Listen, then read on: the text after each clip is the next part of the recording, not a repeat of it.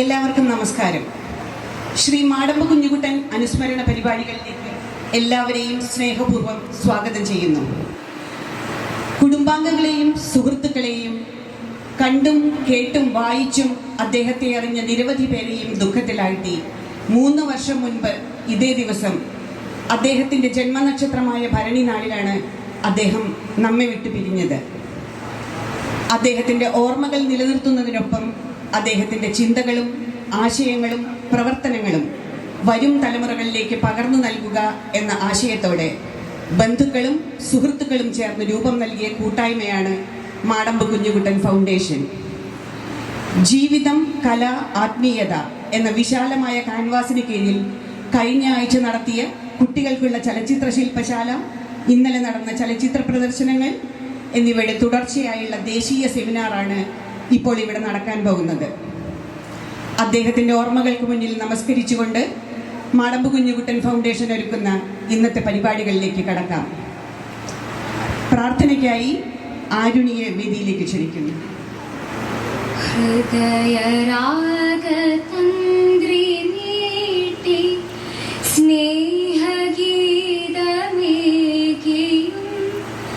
കർമ്മഭൂമി തളിരിടുന്ന വർണ്ണമേകിയും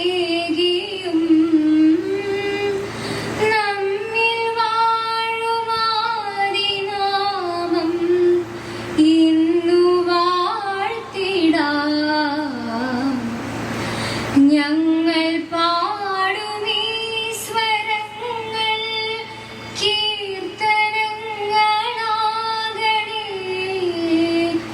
ചൂടുവയ്ക്കുമീ പദങ്ങൾ നൃത്തലോലമാകണേ. കുഞ്ഞു വീടിനുൾക്കളങ്ങൾ സ്വർഗമാകണേ. അമ്മ നൽകും ഉമ്മ പോലും അമൃതമാകണേ. ചരാചരങ്ങൾ ഗുരുവരങ്ങളാകണേ.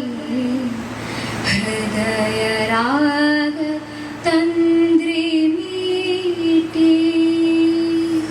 നമ്മുടെ ക്ഷണം സ്വീകരിച്ചെത്തിയ അതിഥികളെ സ്വാഗതം ചെയ്യാനായി ഡോക്ടർ MP പാർവതിയെ വേദിയിലേക്ക് ക്ഷണിക്കുന്നു.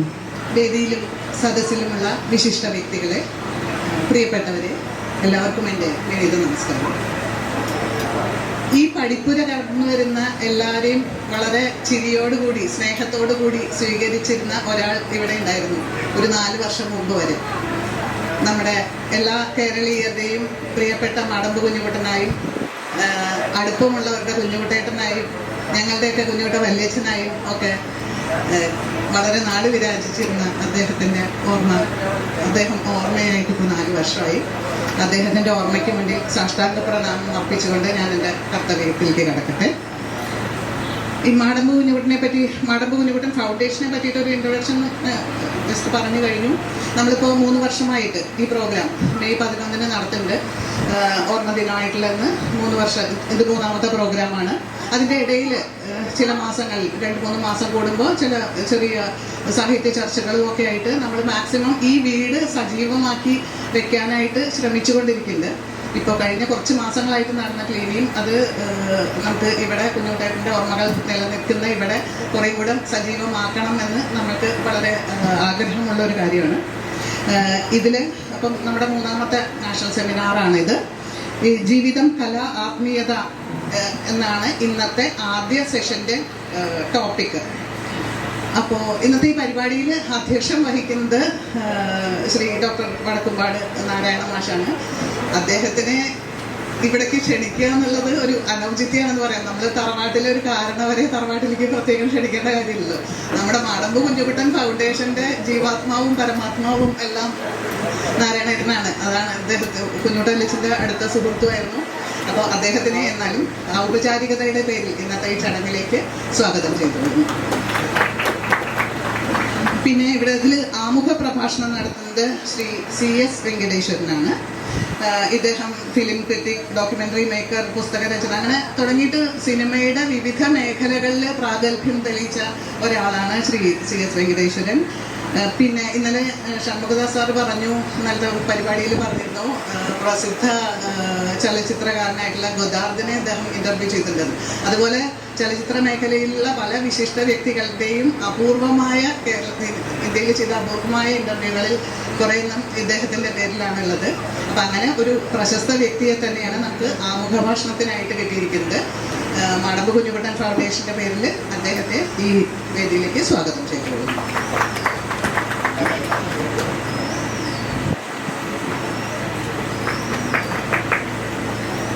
ഇനി മാടമ്പ് കുഞ്ഞുകുട്ടൻ അനുസ്മരണ പ്രഭാഷണം നടത്തുന്നത് ശ്രീ KB വേണു ആണ്. ഇദ്ദേഹം സംവിധായകൻ, നടൻ എന്നിങ്ങനെ ഇദ്ദേഹം വിവിധ മേഖലകളിൽ പ്രഗത്ഭനാണ്. എനിക്ക് തോന്നുന്നത് കൈരളി TV-യിലൊക്കെ കുറച്ചും കൂടെ ആൾക്കാർ ഫെമിലിയർ ആയത് മാജിക് ലാൻഡ് എന്ന് പറഞ്ഞ കൈരളി TV-യിൽ ഒരു പ്രോഗ്രാം ഉണ്ടായിരുന്നു. അതുകൂടെ കുറേ കൂടി ആൾക്കാർക്ക് സുപരിചിതനാണ് അദ്ദേഹം. അദ്ദേഹത്തിന് മാടമ്പ് കുഞ്ഞുകുട്ടൻ ഫൗണ്ടേഷൻ്റെ പേരിൽ ഈ വേദിയിലേക്ക് സ്വാഗതം ചെയ്തുകൊള്ളു.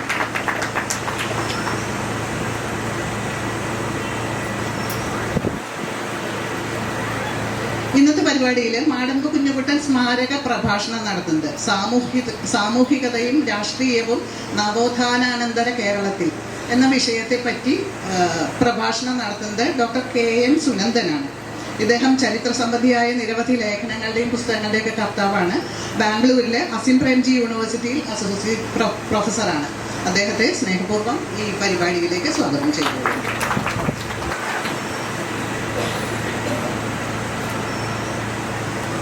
ഈ പരിപാടിയിൽ നന്ദി പ്രകാശിപ്പിക്കുന്നത് ശ്രീ പ്രധു ആണ്. പ്രധുവിനെ പരിപാടിയിലേക്ക് സ്വാഗതം ചെയ്തുകൊള്ളുന്നു. കൂടാതെ ഇന്നിവിടെ സന്നിഹിതരായിരിക്കുന്ന നമ്മുടെ ബന്ധുക്കൾ, കുഞ്ഞുകുട്ടവലിസ്റ്റുമായിട്ട് അത്രയും അടുപ്പമുള്ള ആളുകൾ, പിന്നെ മാധ്യമപ്രവർത്തകർ, മറ്റ് നാട്ടുകാർ, എല്ലാവരെയും ഈ പരിപാടിയിലേക്ക് സ്വാഗതം ചെയ്തുകൊണ്ട് ഞാൻ നിർത്തുന്നു. നമസ്കാരം. ഫൗണ്ടേഷൻ പരിപാടികൾക്ക് വേണ്ട എല്ലാ സഹായങ്ങളും ചെയ്ത് എപ്പോഴും നമ്മോടൊപ്പം നിൽക്കുന്ന വടക്കുംപാട് മാഷെ ഞാൻ നിങ്ങൾക്ക് പരിചയപ്പെടുത്തേണ്ട ആവശ്യമില്ലല്ലോ. അധ്യക്ഷ പ്രസംഗത്തിനായി Madampu Kunjukuttan foundation chairman doctor Vadakkumpad Narayan മാഷെ ക്ഷണിക്കുന്നു. എല്ലാവർക്കും നമസ്കാരം. ആദ്യം ആമുഖ പ്രഭാഷണമാകട്ടെ പ്രഗത്ഭനായിട്ടുള്ള ശ്രീ വെങ്കടേശ്വരൻ സ്വാമി അവരുടെ അതിനു വേണ്ടിയിട്ട് സാദരം ക്ഷണിക്കും. എല്ലാവർക്കും നമസ്കാരം. ഈ ദേശീയ സെമിനാറിലേക്ക് എല്ലാവർക്കും ഓരോരുത്തരോട് സ്വാഗതം പറയുന്നു. ഇത്തരമൊരു അവസരം ലഭിച്ചതിൽ വളരെയധികം നന്ദിയുണ്ട്. ഞാനധികം ദീർഘമായി സംസാരിക്കുന്നില്ല, സുനന്ദൻ്റെയും വേണുവിൻ്റെയും സമയം അപഹരിക്കുന്നില്ല. പക്ഷേ പൊതുവെ ഈ വിഷയം, നമ്മൾ എന്തുകൊണ്ട് ഈ വിഷയം തിരഞ്ഞെടുത്തു എന്നുള്ളതിനെ കുറിച്ച് മാത്രം രണ്ട് വാക്കുകൾ പറഞ്ഞിരിക്കുന്നത്.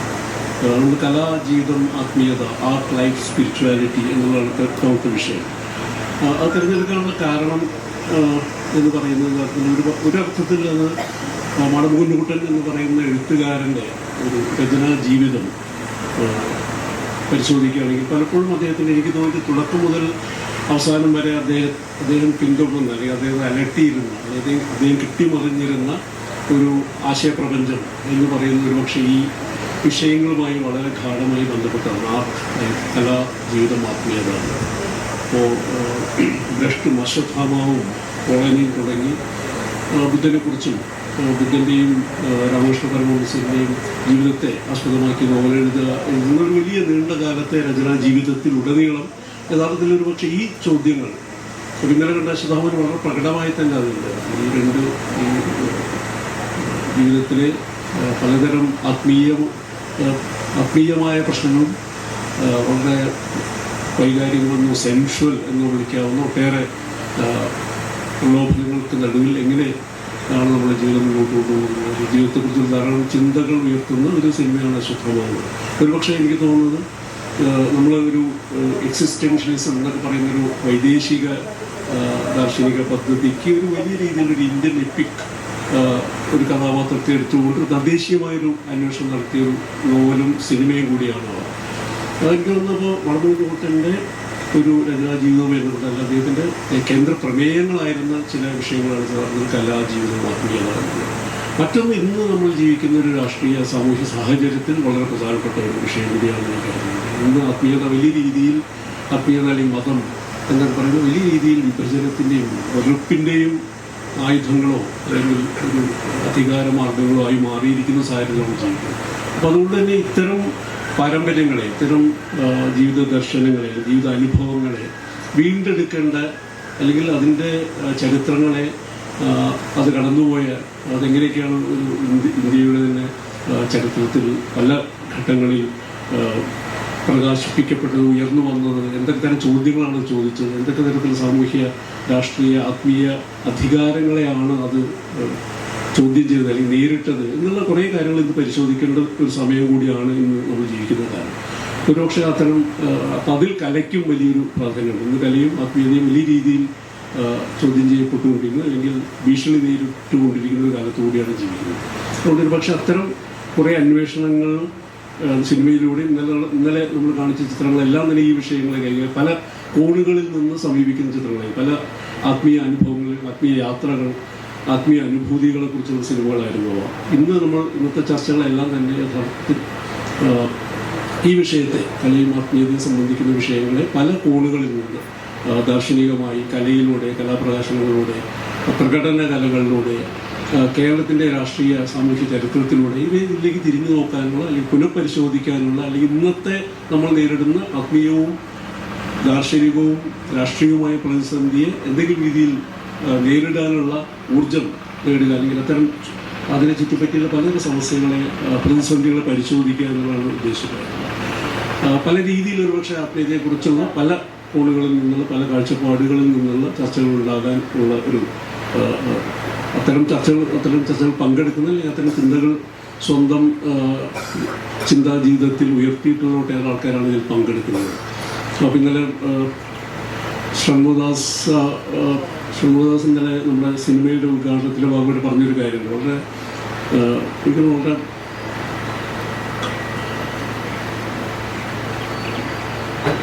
എനിക്കൊരു വളരെ ഏറ്റവും ആഴത്തിൽ ഒരുപക്ഷെ ആത്മീയതയെ നിർവചിക്കാൻ ശ്രമിക്കുകയുണ്ടായി.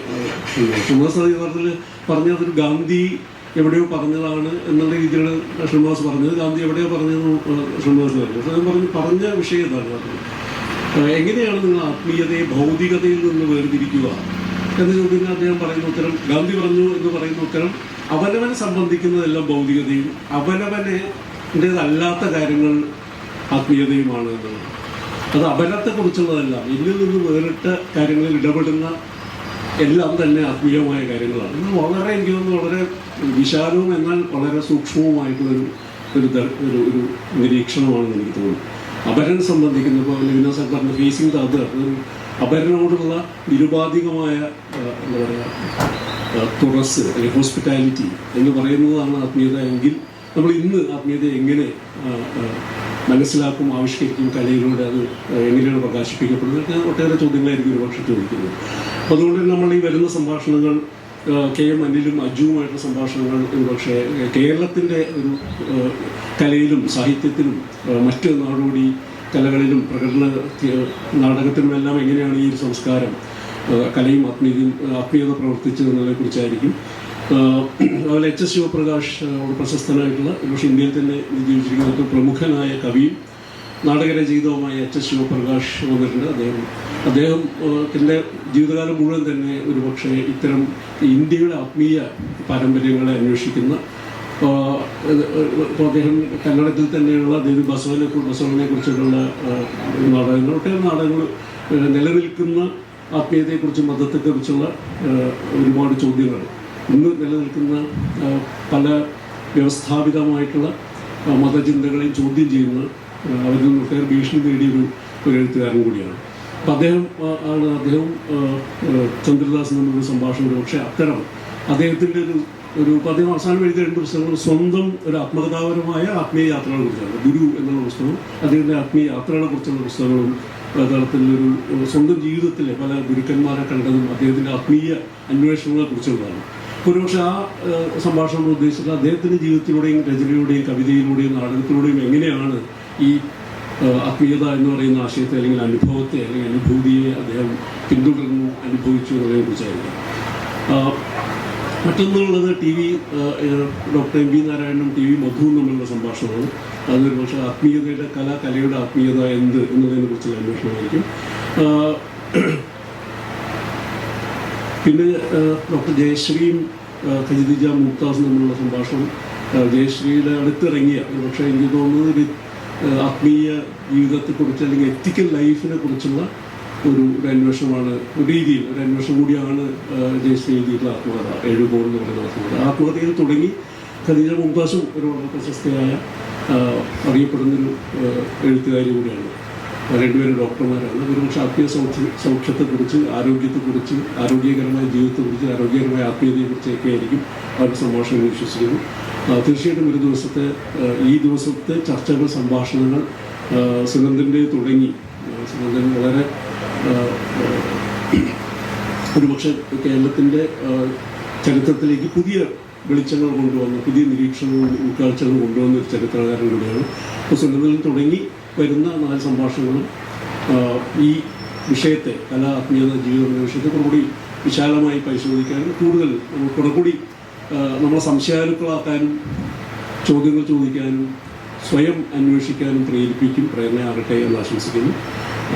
ഇതിന് ക്ഷണിച്ചു വന്ന ഈ KB വേണുവിനും സുനന്ദനും പ്രത്യേകം നന്ദി പറയുന്നു. ബാക്കി എല്ലാ എഴുത്തുകാരും ഈ പരിപാടിയിൽ പങ്കെടുക്കാമെന്ന് നമ്മുടെ ക്ഷണം അംഗീകരിച്ചെത്തിയ എല്ലാവർക്കും ഒരോട്ടും കൂടി നന്ദി പറയുന്നു. എല്ലാവർക്കും ഈ ഇന്നത്തെ സെഷൻസ് എന്തെങ്കിലും രീതിയിൽ പ്രയോജനപ്രദമാകും, ചിന്തോദ്ധിതമായിരിക്കും എന്ന് ആശംസിച്ചുകൊണ്ട് നിർത്തുന്നു. ഇവിടെ ആമുഖ പ്രഭാഷണം നടത്തിയത് നമ്മുടെ മൊത്തം പരിപാടികളുടെയും ക്യൂറേറ്ററായ പ്രൊഫസർ CS വെങ്കടേശ്വരൻ അവർകളാണ്. Film critic, documentary film maker, cinema subtitler, film festival jury member എന്നിങ്ങനെ സിനിമയുമായി ബന്ധപ്പെട്ട വിവിധ മേഖലകളിൽ പ്രശസ്തനാണ് ഇദ്ദേഹം. സിനിമാ സംബന്ധിയായ നിരവധി പുസ്തകങ്ങളും അനേകം ഡോക്യുമെന്ററികളും ചെയ്തിട്ടുണ്ട്. ശ്രീ MR രാജനൊപ്പം അമ്മന്നൂർ മാധവചാക്യാരെ കുറിച്ചുള്ള പകർനാട്ടം എന്ന ഡോക്യുമെന്ററി സംവിധാനം ചെയ്തു. സിനിമാ നിരൂപണത്തിന് നിരവധി സ്റ്റേറ്റ് അവാർഡുകളും പകർനാട്ടത്തിന് നാഷണൽ, സ്റ്റേറ്റ് അവാർഡുകളും ലഭിച്ചിട്ടുണ്ട്. നന്ദി ശ്രീ പ്രൊഫസർ CS വെങ്കടേശ്വരൻ.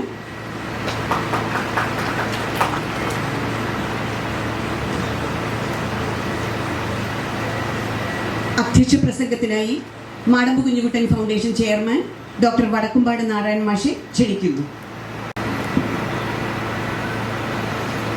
ബഹുമാനപ്പെട്ട ശ്രീ വെങ്കടേശ്വരൻ സാർ, ശ്രീ വേണു, ഡോക്ടർ സുനന്ദൻ, ബഹുമാനപ്പെട്ടവരെ, സുഹൃത്തുക്കളെ, നമസ്കാരം. മാടമ്പൻ്റെ സ്മരണയ്ക്ക് മുമ്പിൽ മനസ്സാ നമസ്കരിക്കുന്നു. നേരത്തെ ഇവിടെ സൂചിപ്പിക്കേണ്ടായി, മാടമ്പൻ്റെ ഭൗതികമായ ശരീരം ഇവിടുന്ന് വിട്ടുപോയി എങ്കിൽ പോലും അദ്ദേഹത്തിൻ്റെ ഓർമ്മയും ആ സ്മരണകളൊക്കെ തന്നെ ഇവിടെ സജീവമായി ഇപ്പോഴും നിലനിൽക്കുകയാണ്. അത് കൂടുതൽ ഫലപ്രദമായി കൂടുതൽ ആൾക്കാരിലേക്ക് ബോധ്യപ്പെടുത്താവുന്ന വിധത്തിൽ പ്രവർത്തനങ്ങളുമായി ബന്ധപ്പെടുത്തിക്കൊണ്ട് അത് സാർത്ഥകമാക്കാനുള്ള ഒരു ശ്രമം എന്ന നിലയ്ക്കാണ് മാടമ്പ് ഫൗണ്ടേഷൻ, മാടമ്പ് കുഞ്ഞുകുട്ടൻ ഫൗണ്ടേഷൻ എന്നുള്ളത് രൂപപ്പെടുത്തിയിട്ടുള്ളത്. മാടമ്പിൻ്റെ മക്കളും ബന്ധുക്കളും സുഹൃത്തുക്കളും ഒക്കെ കൂടി ചേർന്നുകൊണ്ട് ഉള്ള ഒരു സംഘം. അത് ഇവിടെ മാടമ്പൻ്റെ ഈ തറവാട്ടിൽ ഇതിനെ കേന്ദ്രീകരിച്ചുകൊണ്ട് ഇവിടെ ഇത് നിലനിർത്തുന്ന വിധത്തിൽ അദ്ദേഹത്തിൻ്റെ സ്മരണയും മറ്റുള്ള എല്ലാ കാര്യങ്ങളും ഇവിടെ നിലനിർത്താവുന്ന ഒരു സംവിധാനം ഉണ്ടാക്കുക, അതാണ് അതിൻ്റെ ഈ സംഘടനയുടെ മോഹം എന്ന് പറയുന്നത്. ആ മോഹത്തിൻ്റെ ഫലമായിട്ടാണ് ഇത്തരത്തിലുള്ള അദ്ദേഹത്തിൻ്റെ അനുസ്മരണ പ്രഭാഷണങ്ങളും അത് ആ ദിവസവും അതുമായി ബന്ധപ്പെട്ടുകൊണ്ട് മറ്റുള്ള ഓരോ പ്രോഗ്രാമുകളും ഇവിടെ സംഘടിപ്പിച്ചു വരുന്നത്. അത് കൂടുതൽ സാർത്ഥകമാക്കണം എന്ന് മോഹമുണ്ട്. ഇത് ഒരു സ്ഥിരം വേദിയാക്കി മാറ്റുക. ഇവിടെ എന്താ വെച്ചിട്ടുണ്ടെങ്കിൽ ചലച്ചിത്ര സംബന്ധമായിട്ടുള്ള കാര്യങ്ങളാവാം, സാഹിത്യ ചർച്ചയാവാം, ഏതൊക്കെ മറ്റേ മാടമ്പ് പ്രധാനമായിട്ടും കൈകാര്യം ചെയ്തിരുന്ന 3-4 വിഷയങ്ങളുണ്ട്. ഒന്ന് അദ്ദേഹത്തിൻ്റെ ഈ എഴുത്ത്, സാഹിത്യ മേഖല എന്ന് പറയണം.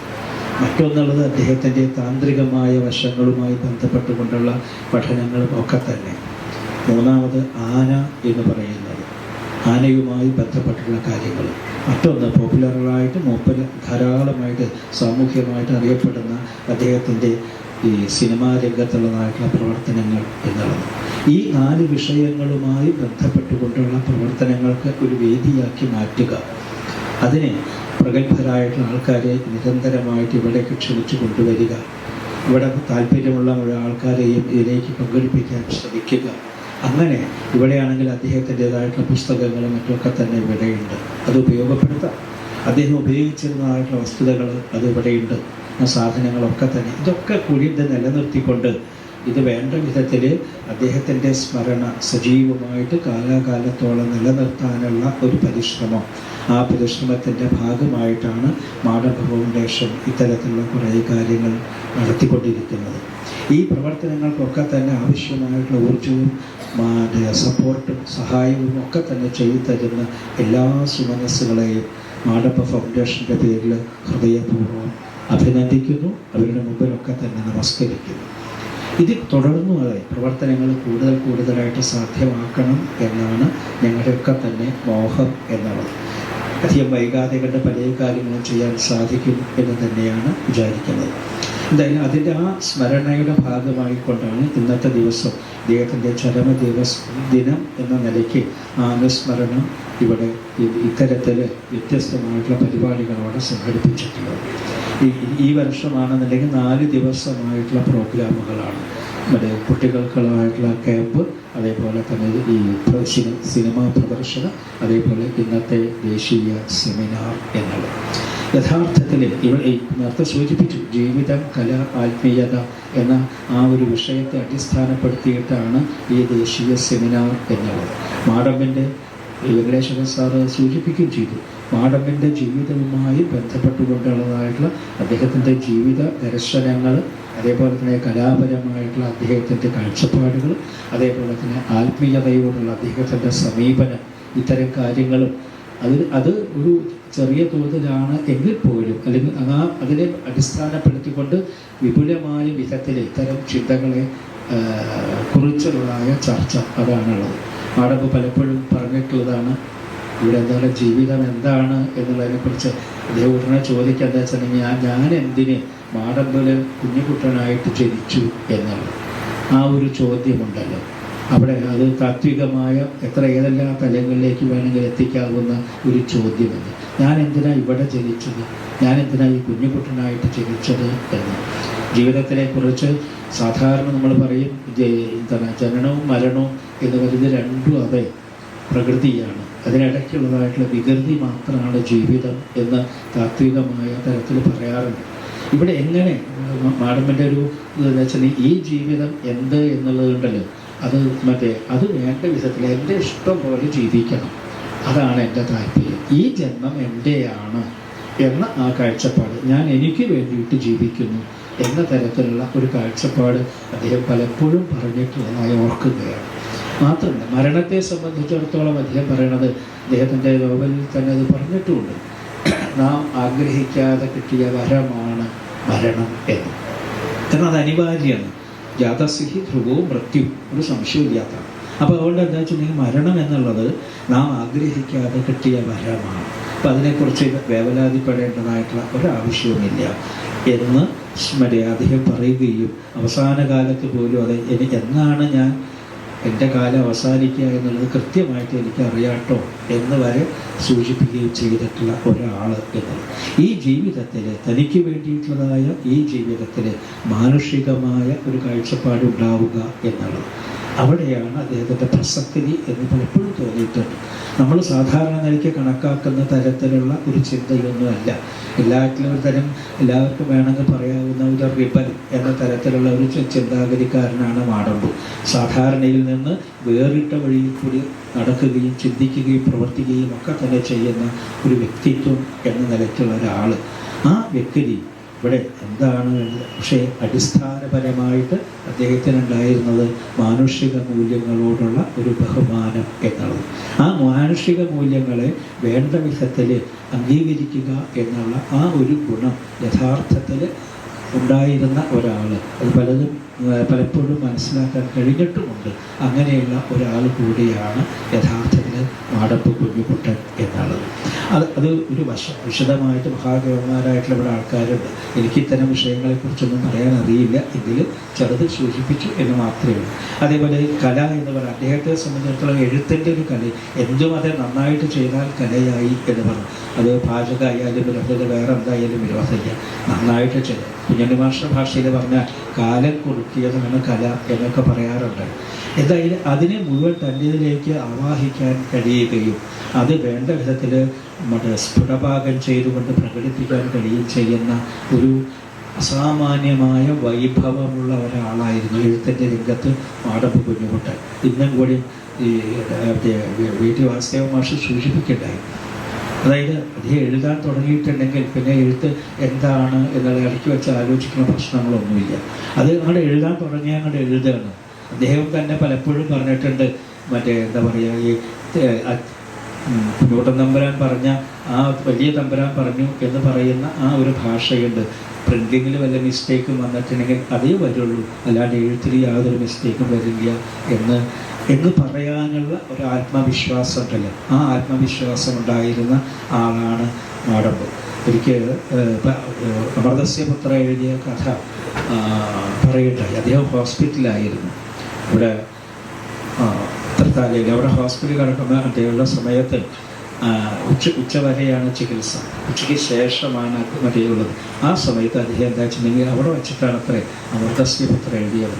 എന്നിട്ട് അത് പല ആൾക്കാർ അതിനെക്കുറിച്ച് പറയണ്ടായി.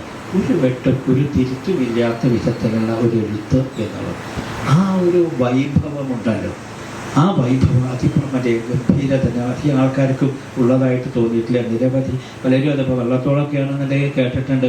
സദാസനം നടക്കുമ്പോൾ പിന്നെ എഴുതാൻ തുടങ്ങിയിട്ടുണ്ടെങ്കിൽ അദ്ദേഹത്തിൻ്റെ ചിന്തയൊക്കെ വേറെ തരത്തില്ല. പിന്നെ ആൾക്കാരുടെ ആരോടും വർത്തമാനം പറയില്ല.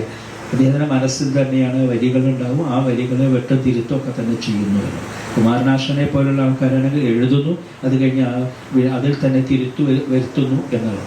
മാടമ്പ് അദ്ദേഹം തന്നെ എല്ലാ രൂപവും ഉണ്ടാക്കി വെക്കുകയും എല്ലാം ഉറപ്പാക്കിയതിന് ശേഷം മാത്രം എഴുതുകയും ചെയ്യുന്ന ഒരു ശീലം. അതിന് വേണ്ടിയിട്ട് ഏതറ്റം വരെ ആരെ അറിയാൻ വേണ്ടിയിട്ട്, എഴുത്തിന് വേണ്ടിയിട്ട്, എഴുതാൻ വേണ്ടിയിട്ട്, ആ വിഷയവുമായി ബന്ധപ്പെട്ട് ഏറ്റവും ആധികാരികമായ വിവരം ലഭ്യമാക്കാൻ ഏത് തലം വരെ പോകാനും അദ്ദേഹം സന്നദ്ധനുമായിരുന്നു. അങ്ങനെയാണല്ലോ ദലൈലാമയെ വരെ പോയി കണ്ടിട്ട് മറ്റേ ശ്രീബുദ്ധനെ കുറിച്ചുള്ളതായ ആ നോവല് ഒക്കെ തന്നെയാണ് മഹാപ്രസ്ഥാനം, ആ നോവലൊക്കെ എഴുതിയത് എന്നുള്ളത്. അമൃതശ്രീപുത്ര എഴുതുന്നതിന് മുമ്പ് എത്രയോ സന്യാസി വര്യന്മാരെ രാമകൃഷ്ണവിഷ്ണുമായി ബന്ധപ്പെട്ടിട്ടുള്ള ആൾക്കാരെ പോയി കാണുകയും കൽക്കത്തയിലടക്കം അദ്ദേഹം നടക്കുകയും ഒക്കെ തന്നെ ചെയ്ത കാര്യങ്ങൾ എന്നുള്ളത്. അപ്പോൾ ഇതും അന്വേഷിക്കുകയും ആ അന്വേഷണത്തിൽ കൂടി കാര്യങ്ങൾ കൃത്യമായിട്ട് ബോധ്യമാക്കുകയും ചെയ്തതിന് ശേഷം എഴുതാൻ തുടങ്ങുന്നു. എഴുതി തുടങ്ങിയിട്ടെങ്കിൽ ഒരു വെട്ടും തിരുത്തുമില്ലാതെ കണ്ട് പൂർണ്ണ രൂപത്തിലാക്കി മാറ്റുകയും ചെയ്യും.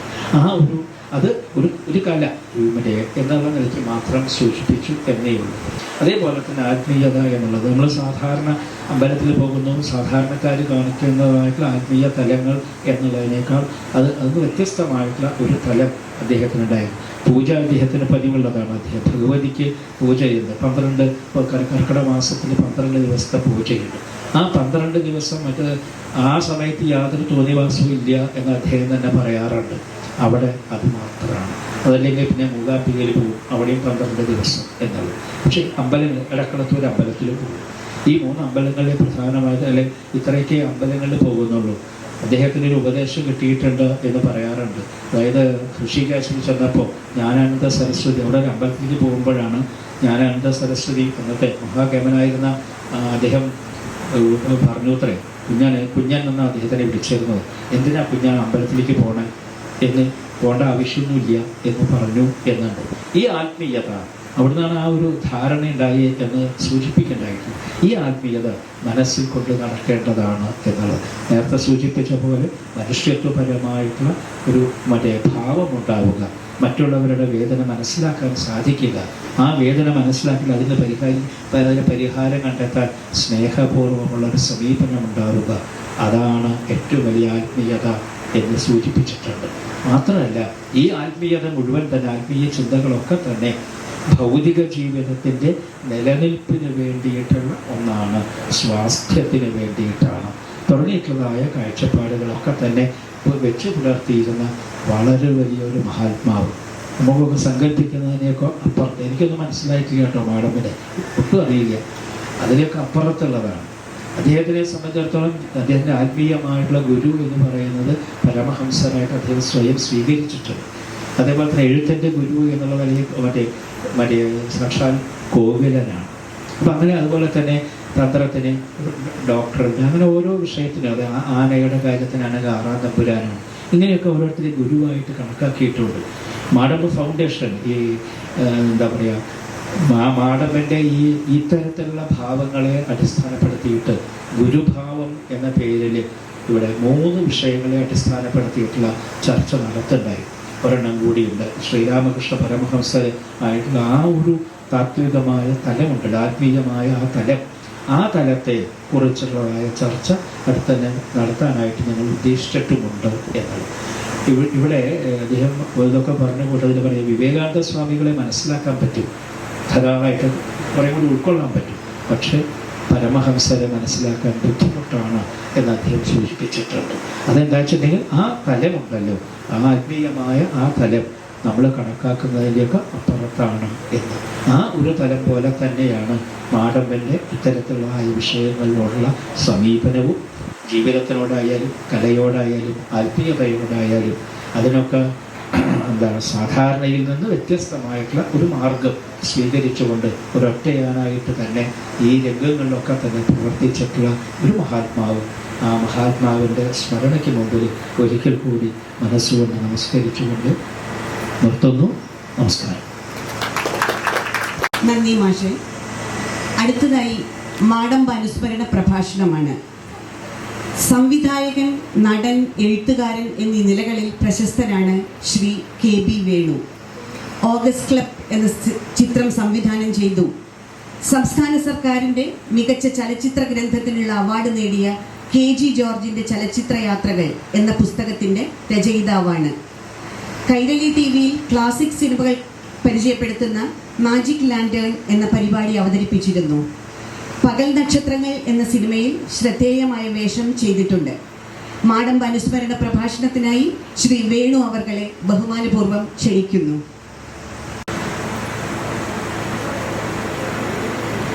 ലോകത്തിൻ്റെ അധ്യക്ഷനായ വടക്കുംപുഴ നാരായണൻ, പ്രിയപ്പെട്ട വെങ്കിടി, മാടമ്പ് കുഞ്ഞുകുട്ടൻ അനുസ്മരണ പ്രഭാഷണം നടത്തുന്ന ഡോക്ടർ KN സുനന്ദൻ, പ്രിയപ്പെട്ട സുഹൃത്തുക്കളെ,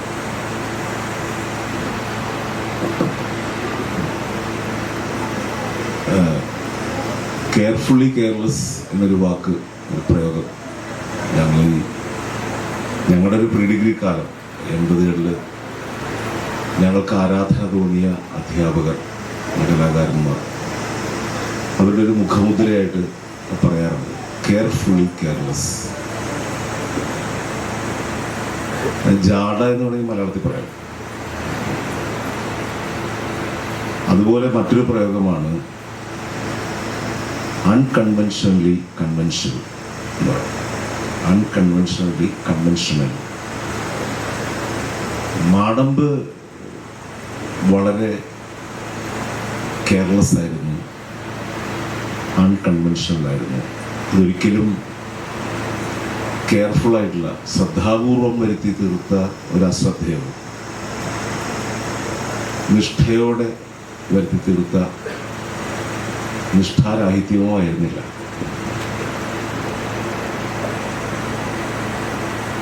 മാടമ്പിൻ്റെ ആദ്യത്തെ നോവൽ അദ്ദേഹം വായിക്കാൻ കൊടുക്കുന്നത് കോവിലൻ എന്ന് പറയുന്ന ഒരു വിഗ്രഹഭഞ്ജകൻ്റെ അടുത്താണ്. അദ്ദേഹം അന്ന് മാതൃഭൂമിയുടെ എഡിറ്ററായിരുന്ന MT വാസുദേവൻ നായരുടെ അടുത്ത് കൊണ്ട് കൊടുക്കാനാണ് പറഞ്ഞത്. ഞാനപ്പോൾ ഈ അടുത്ത ദിവസങ്ങളിൽ ഇങ്ങനൊരു ജോലി എന്നെ വെങ്കിടി ഏൽപ്പിച്ചപ്പോൾ മാടമ്പിൻ്റെ കുറേ അഭിമുഖങ്ങൾ യൂട്യൂബിലൊക്കെ കാണാൻ ശ്രമിച്ചിട്ടുണ്ട്. നേരത്തെ കണ്ടത് തന്നെയാണ്. അപ്പം അന്ന് മാതൃഭൂമി ആഴ്ചപ്പതിപ്പിലേക്ക് ചെന്ന് കഴിഞ്ഞപ്പോൾ MTയുടെ മുമ്പിൽ അത് വെച്ചിട്ട് ഞാനൊരു സാധനം എഴുതിയിട്ടുണ്ട്, വേണം വെച്ചാൽ പ്രസിദ്ധീകരിക്കും, തിരിച്ചു തരണമെന്ന് ആവശ്യമില്ല, കീഴ്ക്കളഞ്ഞാലും വിരോധമില്ല, അതുകൊണ്ട് പോകണ്ടായത്. എനിക്ക് തോന്നിയത് അശ്വത്ഥാമാവ് എന്ന നോവലിലെ കേന്ദ്ര കഥാപാത്രമായ കുഞ്ചുണ്ണിയെ വളരെ പെട്ടെന്ന് MT വാസുദേവൻ നായർ തിരിച്ചറിഞ്ഞിട്ടുണ്ടാകും.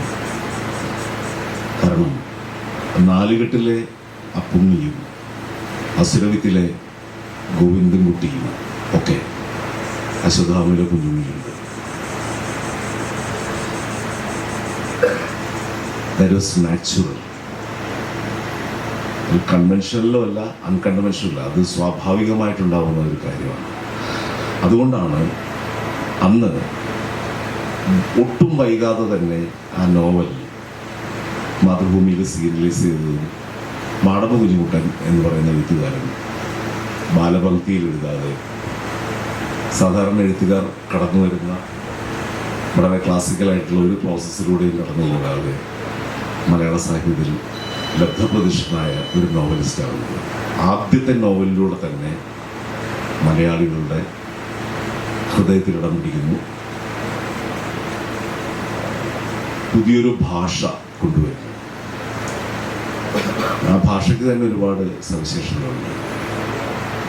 അപ്പോൾ ഓണത്തെക്കുറിച്ച് വിവരിച്ചുകൊണ്ടാണ് അശ്വത്ഥാമാവ് തുടങ്ങുന്നത്.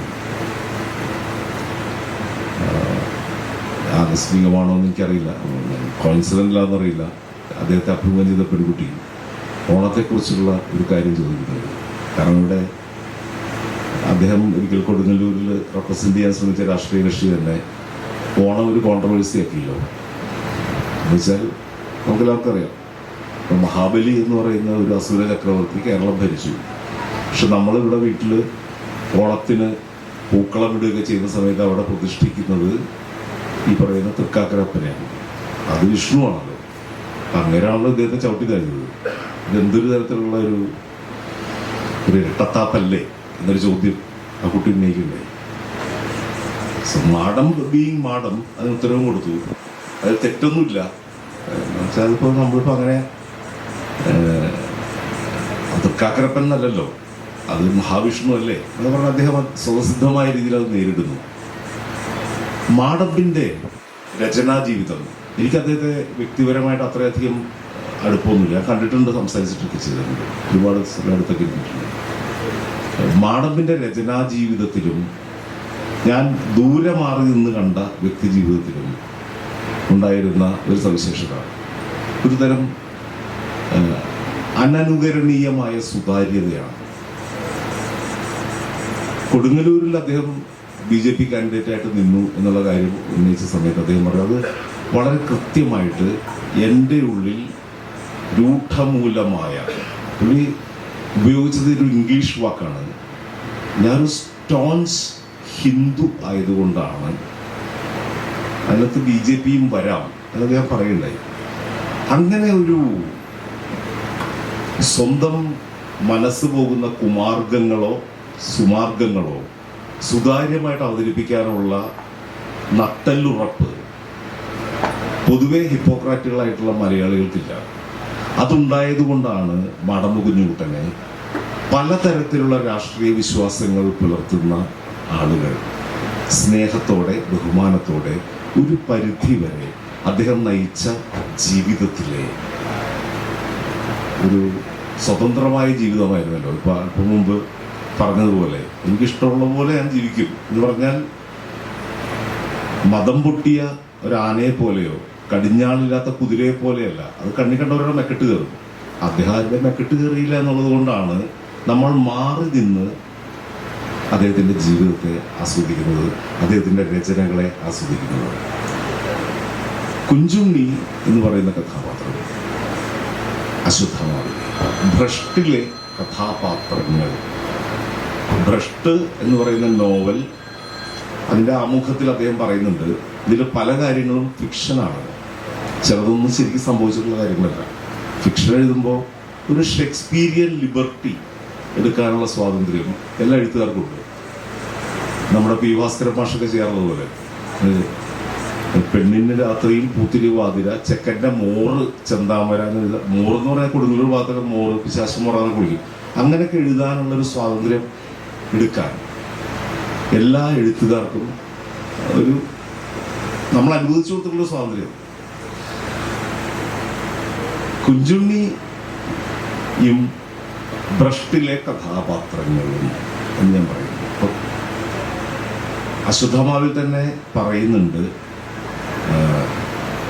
ഉണ്ണിയമ്മയുടെ അമ്മയ്ക്ക് ഭ്രഷ്ട് കൽപ്പിച്ചിട്ടുണ്ട്. അങ്ങനെയല്ലേ? അങ്ങനെയാണല്ലോ അല്ലേ? ഉണ്ണിയമ്മയുടെ അമ്മയ്ക്കാണ്. ഉണ്ണിയമ്മയുടെ അച്ഛൻ വില്യംപൂരി, അദ്ദേഹത്തിൻ്റെ കോളേജിലാണ് കുഞ്ചുണ്ണി ആദ്യം ജോലി ചെയ്യുന്നത്. അവിടെ അദ്ദേഹം റബലിയസായിട്ട് ഇറങ്ങിപ്പോയിരുന്നു. വില്യംപൂരി പിന്നെയും ഒരു വേളി കഴിക്കുന്നു. അപ്പോൾ ഉണ്ണിയമ്മയെ വേട്ട നാരായണൻ എന്ന് പറയുന്ന ആൾ, അയാൾ ഭിലായിലാണ്. സിനിമയിലത് മോഹനേട്ടനെ എറണാകുളത്തോട്ടാക്കി, ഭിലായി വരെ യാത്രയുണ്ട്. അയാളുടെ പ്രശ്നം എന്ന് വെച്ചാൽ നമ്പൂതിരിക്ക് 55-ാമത്തെ വയസ്സിൽ ഒരു കുട്ടി കൂടെ ഉണ്ടായി കഴിഞ്ഞാൽ ഈ സ്വത്താകെ പ്രശ്നത്തിലാവും. ഇത് തന്നെയാണ് നാലുകെട്ടിൻ്റെയും പ്രമേയം. തമ്പ് എന്ന് പറയുന്ന സിനിമയിൽ നെടുമുടി വേണു അവതരിപ്പിച്ചൊരു കഥാപാത്രമുണ്ട്, പേരില്ല, നിരളത്തിനോടൊക്കെയാണ് സൗഹൃദം. അതായത് വീട്ടിൽ എല്ലാവിധ സുഖങ്ങളും ഉണ്ടായിരിക്കുമ്പോഴും ജീവിതത്തിൻ്റെ നട്ടുച്ച വെയിലിലേക്ക് ഇറങ്ങി നടക്കുന്ന ഒരു കഥാപാത്രം ആണ് കുഞ്ചുണ്ണി. കുഞ്ചുണ്ണി വളരെ വിചിത്രമാണ് അദ്ദേഹത്തിൻ്റെ ഒരു കഥാപാത്ര പരികൽപ്പന. അതൊന്നും മോഹനേട്ടൻ സിനിമയിൽ അവതരിപ്പിച്ചിട്ടില്ല. വേണമെങ്കിൽ അത് അവതരിപ്പിച്ചിരുന്നെങ്കിൽ അതൊരു ലെജൻഡറി സിനിമയായിട്ട് മാറും. ഇത് കുറച്ചും കൂടി എന്താണ് അതിന് പറയുക, ഒരു ലോ പ്രൊഫൈൽ സിനിമയാകാനുള്ള കാരണം എന്താണെന്ന് എനിക്ക് ഇപ്പോഴും മനസ്സിലാവും. മേ ബി മോഹനേട്ടൻ ഇസ് എ പ്യൂരിറ്റൻ, അതുകൊണ്ടായിരിക്കാം. കുഞ്ചുണ്ണിയുടെ of course he has a way with women എന്നാണ് ഇംഗ്ലീഷ് പറയാം. അദ്ദേഹം സ്ത്രീലമ്പടനാണെന്നല്ല അതിൻ്റെ അർത്ഥം. He has a way with women.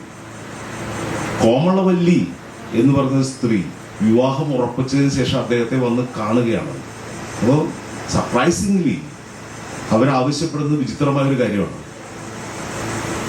അപ്പോൾ കുഞ്ചുണ്ണി അവതരിക്കുന്നത് പല രൂപത്തിലാണ്. പക്ഷെ കുഞ്ചുണ്ണിക്ക് ശാന്തി കിട്ടുന്നത് അപസ്മാര രോഗി ആയ എന്തോ ഒരു പ്രത്യേക ചോദനയാൽ അയാൾ വേട്ട അദ്ദേഹത്തിൻ്റെ പരിഗ്രഹത്തിൻ്റെ ഇട്ടിച്ചിരിയുടെ അടുത്താണ്.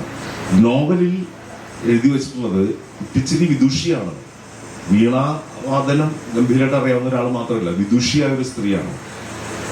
കുഞ്ചുണ്ണി ജീവിതത്തിൻ്റെ എല്ലാ വെയിലുകളിലേക്കും എല്ലാ തരത്തിലുള്ള പരീക്ഷണങ്ങളിലേക്കും ഒരുപക്ഷെ അദ്ദേഹം ആഗ്രഹിക്കാതെയും അദ്ദേഹത്തിൻ്റെ ചോയ്സ് കൊണ്ടും ഇറങ്ങിപ്പോയിട്ടും തിരിച്ചു വരുമ്പോൾ എപ്പോഴും ഒരു തണൽ കിട്ടുന്നത്, ആശ്വാസം കിട്ടുന്നത് കോന്ത്രപ്പലുള്ള, സുന്ദരിയല്ലാത്ത, മുഖത്തിന് ചേരാത്ത വലിയ കണ്ണുകളുള്ള, പക്ഷേ അസാമാന്യമായി വീണ വായിക്കുന്ന, ജീവിതത്തെ വളരെ സമചിത്തതയോടെ സന്തുലിത ബോധത്തോടെ നോക്കിക്കാണുന്ന ഇട്ടിച്ചിരിയിലാണ്. ഈ അശ്വത്ഥമാവ് എന്ന് പറയുന്ന നോവൽ അവസാനിക്കുന്നതോ ഖസാക്കിൽ രവി മരണം കാത്തു കിടക്കുകയാണ് പാമ്പിന്റെ കൊത്തൊക്കെ കൊണ്ടതിന് ശേഷം. പക്ഷെ ഇവിടെ ഈ കടപ്പുറത്തിൽ നിന്നാണ് ഈ നോവൽ തുടങ്ങുന്നത്. കടപ്പുറത്ത് തന്നെയാണ് അവസാനിക്കുന്നത്. ഒരു ഉരുവിൽ കയറി അറബി നാട്ടിലേക്ക് പോയി ജീവിതത്തിലെ മറ്റൊരു പരീക്ഷണ ഘട്ടത്തിലേക്ക് പോകാൻ തയ്യാറെടുക്കുന്ന കുഞ്ചുണ്ണിയിലാണ്. സിനിമ അങ്ങനെയല്ല. സിനിമ മറ്റൊരു തരത്തിൽ അവസാനിക്കുന്നത്. ഇട്ടിച്ചിരിയുടെ വീണാവാദനം കേൾക്കാൻ ഒരേ സമയം കുഞ്ചുണ്ണിയെ ഭർത്താവായി കിട്ടിക്കഴിഞ്ഞാൽ നന്നായിരുന്നു എന്നാഗ്രഹിക്കുന്ന ഉണ്ണിയമ്മയും ആ വീണാവാദനം കേട്ടുകൊണ്ടിരിക്കുന്ന ഒരു ഷോട്ടിലാണ് ആ സിനിമ അവസാനിക്കുന്നത്. അപ്പോ ആത്യന്തികമായി ലിബിഡിനൽ പേഴ്സണാലിറ്റീസ് ആണ് ഈ കഥാപാത്രങ്ങളെല്ലാം. മലയാളത്തിൽ അതിന് ജീവിത കാമന എന്ന് പറയാം. അശ്വത്ഥാമാവിലെ എല്ലാ കഥാപാത്രങ്ങളും ലിബിഡിനലാണ്. അത് കുഞ്ചുണ്ണി ആകട്ടെ, വെല്ലുംപൂരി ആകട്ടെ, ഉണ്ണിയമ്മയാകട്ടെ, എല്ലാവരും. പിന്നെ കുഞ്ചുണ്ണിയുടെ സുഹൃത്തുക്കളായി വരുന്ന അശ്വത്ഥമാവ് എന്നുള്ള സിനിമ ആരംഭിക്കുന്ന ഒരു വളരെ പിവട്ടലായിട്ടുള്ള പോയിന്റിലാണ്. ഒരു പ്രഭാതത്തിൽ രാധ എന്ന് പറയുന്ന ഒരു ഗണികയുടെ കട്ടിലിൽ നിന്ന് എഴുന്നേൽക്കുന്ന വല്ലാത്തൊരു ഷോട്ടിൽ നിന്നാണ് ആ സിനിമ ആരംഭിക്കുന്നത്. ആ പോയിന്റിൽ നിന്നാണ് തുറക്കുന്നത്. പക്ഷെ അതൊന്നുമല്ല കുഞ്ചുണ്ണി എന്ന് മനസ്സിലാക്കിക്കൊണ്ടാണ് അശ്വത്ഥാമാവ് എന്ന് പറയുന്ന സിനിമ, അതിൻ്റെ മനോഹരമായിട്ടുള്ള ബ്ലാക്ക് ആൻഡ് വൈറ്റ് ഫ്രെയിമിൽ, അതിനകത്ത് അനന്തപത്മനാഭൻ്റെ വീണ ഗംഭീരമായിട്ട് ഉപയോഗിക്കുന്നുണ്ട്. ആ നിമിഷം മുതലാണ് ഇപ്പോൾ ഇട്ടിച്ചിരി എന്ന് പറയുന്ന കഥാപാത്രം ഇദ്ദേഹത്തിൻ്റെ ഇല്ലത്ത് വരുമ്പോൾ മുതലാണ് പശ്ചാത്തല സംഗീതം കുറച്ചുകൂടി പ്രോമിനൻ്റ് ആയിട്ട് നമുക്ക് ആ സിനിമയിൽ കാണാൻ കഴിയുക. അത് അവസാനം വരെ അത് നിലനിൽക്കുകയും ചെയ്യുന്നത്. ഈ വീണയും ഫ്ലൂട്ടിൻ്റെ ഒരു പ്രയോഗവും മാത്രമേ ആ സിനിമയിലുള്ളൂ. അത് അതിൻ്റെ കഥയും സംഭാഷണവും മാടമ്പിൻ്റെ തന്നെയാണ്. അദ്ദേഹം തന്നെ ഒരു പ്രത്യേക സാഹചര്യത്തിൽ അതിനകത്ത് നായകനായിട്ട് അഭിനയിക്കുകയായിരുന്നു. ആ കഥ പലർക്കും അറിയാമായിരിക്കും, ഞാൻ അത് വീണ്ടും കൂടെ പറയുന്നില്ല. മുല്ലൈ മാഷൊക്കെ എല്ലാവർക്കും അറിയാമെന്ന് ഞാൻ പറയുന്നില്ല. സുകുമാരനായിരുന്നു അത് അവതരിപ്പിക്കേണ്ടത്. സുകുമാരനായിരുന്നെങ്കിൽ ഒരു പക്ഷേ അത് മറ്റേതെങ്കിലും സിനിമ പോലെ ആയി പോകുമായിരുന്നു എന്ന് എനിക്ക് തോന്നിയിട്ടുണ്ട്. കാരണം അന്ന് സുകുമാരൻ ഉയർന്നു വരുന്ന ഒരു നടനാണ്. അദ്ദേഹം ബന്ധനം അഭിനയിച്ചുകൊണ്ടിരിക്കുന്ന സമയത്താണ് ഈ സിനിമ ഓൾമോസ്റ്റ് ഷൂട്ട് ചെയ്ത് കഴിഞ്ഞിട്ട് അദ്ദേഹം അവിടെ പോയി. അപ്പോൾ ഇത് ഓൾറെഡി കുറേ ഷൂട്ട് ചെയ്ത് വെച്ചതുകൊണ്ട് അദ്ദേഹം ഇങ്ങോട്ട് വരേണ്ട ആവശ്യമില്ലെന്ന് അവിടെ ആരോ പറഞ്ഞു എന്ന് മുല്ലൈ മാഷ് മനസ്സിലാക്കുന്നു. അങ്ങനെ പോയിട്ട് പറഞ്ഞു, സുകുമാര ഇപ്പം ഈ കാറിൽ വന്നു കഴിഞ്ഞാൽ തനിക്ക് അഭിനയിക്കാം, ഇല്ലാന്നുണ്ടെങ്കിൽ അഭിനയിക്കില്ല. സുകുമാരനത് മൈൻഡ് ചെയ്തില്ല. പിന്നെ സുകുമാരൻ അറിഞ്ഞു മാടമ്പ് അഭിനയിക്കാൻ തീരുമാനിച്ചു. അപ്പോൾ അവിടെ പടക്കം പൊട്ടിക്കലുണ്ടായിരുന്നു ഈ ലൊക്കേഷനിൽ എന്നാണ് മുല്ലൈ മാഷ് പറഞ്ഞിട്ടുള്ളത്. അദ്ദേഹം വിളിച്ചു ഫോൺ. അപ്പോൾ മുല്ലൈ മാഷ് പറഞ്ഞു, സുകുമാരൻ വന്നു ഒരു ദിവസത്തിൽ ഇവിടെ ഒരുപാട് കാര്യങ്ങളുണ്ട്, എല്ലാവരും കൂടി ശ്രമിച്ചിട്ടാണ് ഈ പടം നടക്കുന്നത്, ചായ കൊടുക്കാൻ ആൾ വേണം എന്നൊക്കെ പറഞ്ഞു എന്നാണ് കഥ. പിന്നീട് സുകുമാരൻ വ്യക്തിപരമായിട്ട് മുല്ലൈ മാഷെ ആക്രമിച്ചതായിട്ട് ഒരു കഥയില്ല. ആക്രമിച്ചൊന്നുമില്ല. ഞങ്ങളിപ്പോൾ താമസിക്കുന്ന എലൈറ്റ് ഹോട്ടലിൽ ഒരു മുറിയിൽ ഇവർ രണ്ടുപേരും അതേ ഹോട്ടലിൽ തന്നെ ഉണ്ടാവാൻ ഇടവരികയും എന്തോ ചോദിക്കുകയൊക്കെ ചെയ്തു എന്നൊക്കെ പറഞ്ഞു കേട്ടിട്ടുണ്ട്. അതെന്തായാലും വളരെ വിപ്ലവകരമായ ഒരു തീരുമാനമായിരുന്നു മാടമ്പ് തന്നെ അശ്വത്ഥാമാവായി അഭിനയിക്കാൻ എടുത്ത തീരുമാനം. അത് മോഹനേട്ടൻ്റെ ഒരു ബോൾഡായ തീരുമാനമാണ്. ഒരുപക്ഷെ PTKയുടെ തീരുമാനമാണ്. അന്ന് ആ ഉണ്ടായിരുന്ന ക്രൂവിൻ്റെ തീരുമാനമാണ്. അതുകൊണ്ടാണ് അനുപമമായ ഒരു കലാസൃഷ്ടിയായി ആ സിനിമയെ നമ്മൾ ഓർക്കുന്നത്. പക്ഷേ വീണ്ടും വീണ്ടും ആ സിനിമ കാണാൻ ഞാൻ ഇടയായിട്ടുണ്ട്. അതിൻ്റെ വളരെ വെങ്കിലോട് സംസാരിക്കുമ്പോൾ ഞാൻ മനസ്സിലാക്കുന്നത് റീസ്റ്റോർഡ് ആയിട്ടുള്ള കോപ്പിയാണ് ഇന്നലെ അവിടെ പ്രദർശിപ്പിച്ചത്. ഇപ്പോഴും അദ്ദേഹം ഈ കുഞ്ചുണ്ണി പലപ്പോഴും ഒരു പ്രത്യേക ഘട്ടത്തിൽ ഉരുവിടുന്ന ഒരു ഇംഗ്ലീഷ് കവിത, അത് ഏതാണെന്ന് ഇതുവരെ ഞങ്ങൾക്ക് രണ്ടുപേർക്കും മനസ്സിലായിട്ടില്ല. ഞങ്ങൾ തപ്പിക്കൊണ്ട് ഇരിക്കുകയാണ്. അത് എവിടുന്നാണത് മടമ്പ് എഴുതിയെന്ന് എനിക്ക് അറിഞ്ഞുള്ളൂ. ഒരു പക്ഷേ സ്വന്തം സൃഷ്ടി വരെ ആയിരിക്കാം. അതിനൊരു കാരണമുണ്ട്. എന്നോട് മാടമ്പിനെ കുറിച്ചുള്ള സംഭാഷണം ഉണ്ടായ സമയത്ത് ലാൽ ജോസ് എന്ന് പറയുന്നുണ്ടായി, മാടമ്പ് ഒരു ദേശീയ അവാർഡ് വാങ്ങിക്കാൻ വേണ്ടി ഡൽഹിയിലേക്ക് പോകുന്നു. ട്രെയിനിലാണ് യാത്ര. കൂടെ പോയത് ജയരാജിൻ്റെ അന്നത്തെ അസിസ്റ്റന്റ് ലാൽ ജോസാണ്. നെല്ലിക്ക, വെള്ളം, അങ്ങനത്തെ കാര്യങ്ങളൊക്കെ ഉണ്ട്. 2 ദിവസം യാത്ര ഉണ്ടല്ലോ. അങ്ങനെ പോകുന്നുണ്ട്. അവിടെ ചെന്ന് കഴിഞ്ഞപ്പോൾ അവാർഡൊക്കെ വാങ്ങിച്ചു. അത് കഴിഞ്ഞ് അവിടുത്തെ ഏതൊരു യോഗത്തിൽ സംസാരിക്കേണ്ടി വന്നു. അപ്പോൾ എല്ലാവരും മലയാളികളൊന്നുമല്ല, ഇംഗ്ലീഷാണ് മനസ്സിലാവുക. ഉത്തരേന്ത്യക്കാരൊക്കെ ഉണ്ട്. അപ്പോൾ ഇംഗ്ലീഷ് സംസാരിക്കണമല്ലോ. അപ്പോൾ മാടമ്പ് പ്രസംഗിക്കാൻ തുടങ്ങി. I don't know English because I am coming from A remote village in Kerala എന്ന് പറഞ്ഞ് തുടങ്ങിയിട്ട് 20 മിനിറ്റ് വരെ ഇംഗ്ലീഷിൽ തന്നെ സംസാരിച്ചു തുടങ്ങി. അപ്പോൾ അത്ര സ്വാഭാവികമാണ് മാടമ്പ്. അത് മാടമ്പ് മനസ്സിലാക്കിയില്ല, കേട്ടു നിന്നവരും മനസ്സിലാക്കിയില്ല എന്നുള്ളതാണ്. അങ്ങനെയായിരുന്നു മാടമ്പിൻ്റെ രചനാ ജീവിതം എന്ന് പറയുന്നത്.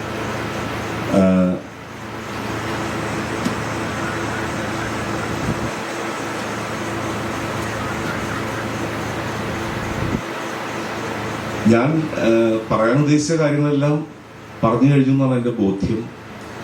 ഏതായാലും ആദ്യമായാണ് മാടമ്പ് ഇവിടെ ഇല്ലത്തേക്ക് വരുന്നത്. പലരും വന്ന കാര്യങ്ങളൊക്കെ പറയാറുണ്ട്. വരാൻ ഒരു നിയോഗം ഉണ്ടായില്ല എന്ന് മാത്രം മനസ്സിലാക്കിയാൽ മതി. പക്ഷെ വന്ന് കണ്ടപ്പോഴാണ് എനിക്കൊരു കാര്യം മനസ്സിലായത്. ഇപ്പോൾ കേരളത്തിൽ ഇതുപോലെ സംരക്ഷിക്കപ്പെടുന്ന ഒരു പ്രകൃതി ഇടങ്ങൾ വളരെ അപൂർവമായിരിക്കും. അപ്പോൾ അതിൻ്റെ ഒരു പഴമയുടെയും